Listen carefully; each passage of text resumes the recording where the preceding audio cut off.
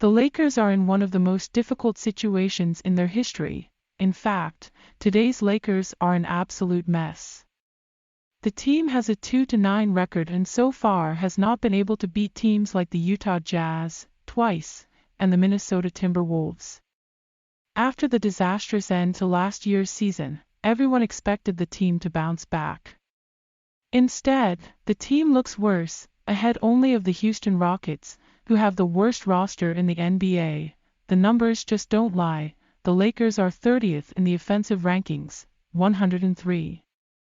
18th in the defensive rankings, 112.0, and 28th in points per game, 107.7. In other words, the Lakers can't consistently score enough or defend at critical moments. How can a team with LeBron James, Anthony Davis, and Russell Westbrook be so bad? There are four main factors about the current Lakers that everyone should know. Lakers just doesn't have a good team. On paper, the Lakers looked set for a comeback this year. After all, as a roster of LeBron James, Russell Westbrook, Anthony Davis, the least you can expect is for them to be in the playoffs. Adding in some talent like Patrick Beverley and Lonnie Walker, the Lakers should be a problem for opposing teams. But the NBA is a cruel league, and a team lacking in shooting and scoring is not going to compete in the modern style of play. LeBron is 37 years old and no longer able to carry a team alone. Russell Westbrook is 33 years old and has struggled to maintain consistency, and Anthony Davis has been a disappointment since the bubble. When evaluating the roster as a whole, the Lakers are a very poorly assembled team. The team doesn't have anyone on the roster who can provide extra energy besides Russell Westbrook. Desperately need a player who can consistently deliver 15 to 20 points per game alongside LeBron James and Anthony Davis. Russell Westbrook is no longer a star. Even with the recent improvement, Russell Westbrook is not himself anymore. Anyone who understands anything about basketball will readily say that Russell Westbrook had, without a doubt, the worst season of his career with the Lakers last year. Russ is averaging 16.1 points, 5.6 rebounds, and 6.3 assists with 43.6% shooting and 32.5% three-pointers. He's shooting a little better this year, but his score is low.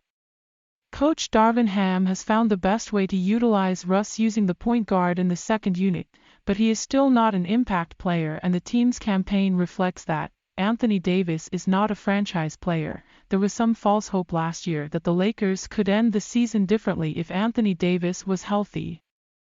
Perhaps if Anthony Davis had been healthy for most of the season, the Lakers could have kept a playoff spot. That's not to say Davis was great when he was available, but he made the team a little better.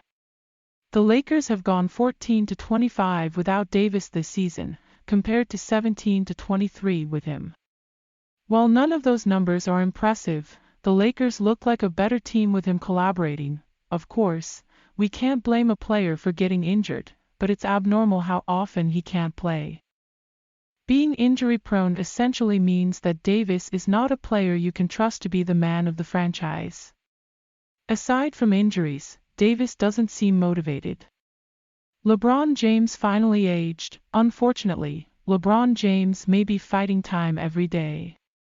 The player is already injured and has had problems with his shot. LeBron is under 50% and his three-pointer is not adjusted at all. While it's not fair to criticize a 37-year-old, LeBron is part of the problem. There's no doubt that LeBron James was spectacular on the offensive end last year, averaging 30.3 points, shooting 52.4% of his shots and 35.9% of three-pointers. He proved his greatness as an all-time great star. But even in their score last year, the team failed to evolve. LeBron is off to a similar start this year, failing to defend and not impacting the game enough. If LeBron, like Davis, doesn't have a less than spectacular season, the Lakers won't stop being an inexpressible team in the West.